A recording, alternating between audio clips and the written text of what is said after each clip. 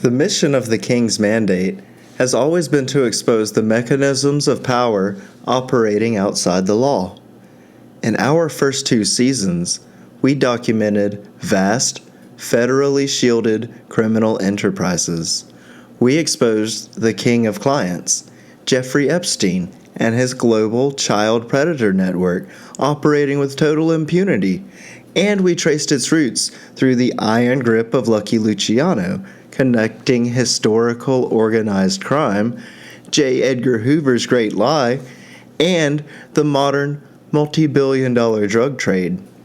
From Air America's heroin pipeline to the cocaine profits overseen by U.S. administrations, we established a clear pattern: create chaos, exploit profit. Now, as we launch Season 3, we pivot from the crime itself to the single most powerful tool used to shield the criminals: the dismissive, weaponized label, conspiracy theory. The term conspiracy theory is not a legitimate academic criticism. It is often a rhetorical cudgel deployed to silence, dismiss, and declare one's opponents irrational. The irony is immediate and stark. Conspiracies are not theoretical, they are documented facts. The Watergate scandal, the Tuskegee syphilis study, the Iran-Contra affair, these were all once dismissed as wild speculation before the truth was forced into the light. These acts prove that secret plots by powerful individuals to commit illegal or harmful acts happen constantly. So why then does the label conspiracy theory carry such a uniquely toxic charge? The widespread adoption of this label as a tool of narrative control can be historically traced to the mid-1960s, specifically in the aftermath of the assassination of President John F. Kennedy. As the public rejected the improbable conclusions of the Warren Commission, an effort was allegedly launched to neutralize this skepticism by branding any alternative, no matter how evidence-based, as baseless speculation. The goal was to protect the official account, not because the official account was true, but because the alternative was true and catastrophic to the credibility of the state. The label became the shield. In this season, The War on Truth, we refuse to allow this label to stand. We will treat every claim, whether it comes from a government agency or an independent researcher, as a testable hypothesis. We will apply a rigorous, academically vetted framework used by historians, philosophers, and social scientists to determine the epistemic plausibility of a claim. Our analysis will be guided by 4 core criteria. Inference to the best explanation. We will determine which narrative, official or alternative, explains the most evidence with the fewest illogical assumptions. The theory that requires a magic bullet or a physical impossibility is inherently inferior to a theory that provides a simpler, more coherent explanation for the observed facts. Errant data. We will reject theories that rely on cherry-picking anomalies. A strong theory must successfully integrate or re-explain all major data points, not just the few that contradict the official narrative. Scale and plausibility. We will apply the test of real-world competence. We will reject any theory that demands superhuman secrecy or perfect, long-term cohesion from hundreds of people. Real conspiracies are messy, prone to error, and rarely endure decades without confession or exposure. Falsifiability. This is the ultimate test. We will ask, what single piece of evidence would prove this theory wrong? If the proponents of a theory dismiss all counter-evidence as part of the cover-up, the theory is not open to review. It is an unfalsifiable belief, and we will set it aside. With this framework as our weapon, we will dissect the most controversial narratives of our time. The JFK assassination. We will test the single bullet theory against the physical evidence, asking if the official narrative can survive the laws of physics. The 9/11 attacks. We will apply engineering and physics plausibility to test the collapse of the Twin Towers and World Trade Center Building Number 7, examining the official explanation against the physics of fire and gravity. The vaccines and autism link. We will move from anecdotal fear to scientific consensus, comparing non-peer-reviewed claims against the overwhelming body of replicated, peer-reviewed medical data. The pyramids.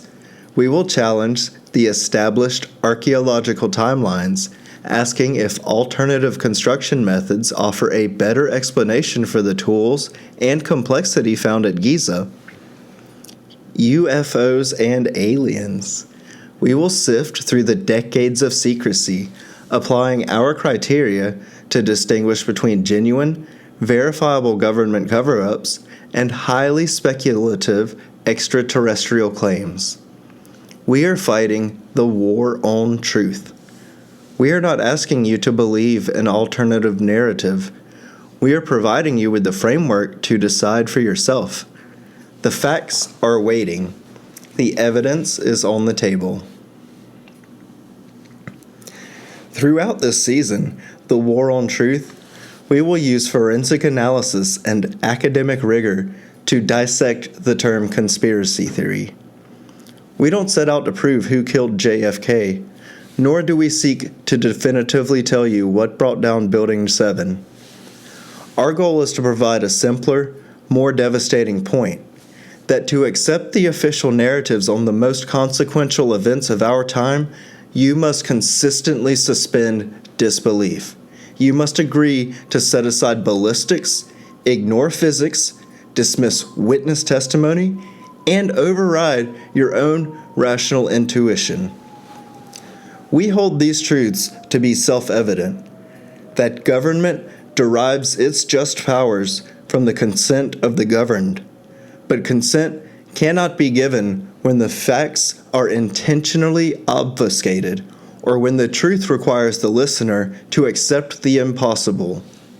When we have to believe in a single, pristine magic bullet that defied the laws of momentum and trajectory to protect the theory of a lone assassin, the official narrative has become destructive of our reason. When we are asked to believe that a 47-story skyscraper, WTC number 7, collapsed symmetrically into its own footprint due to office fires and debris, and not due to the standard physical requirements of total synchronized freefall collapse, the official narrative has become destructive of our physics. When we are asked to believe that organized crime, state actors, and vast financial networks, which we proved in our first 2 seasons, are all incapable of conspiracy, and that the only source of widespread error and malice is the irrational citizen asking questions, the official narrative has become destructive of our liberty. The founders of this nation knew this moment. They warned us. They understood that the greatest threat to a free people is a government whose actions and whose official stories require a long train of abuses that reduce the people under an absolute tyranny of narrative control.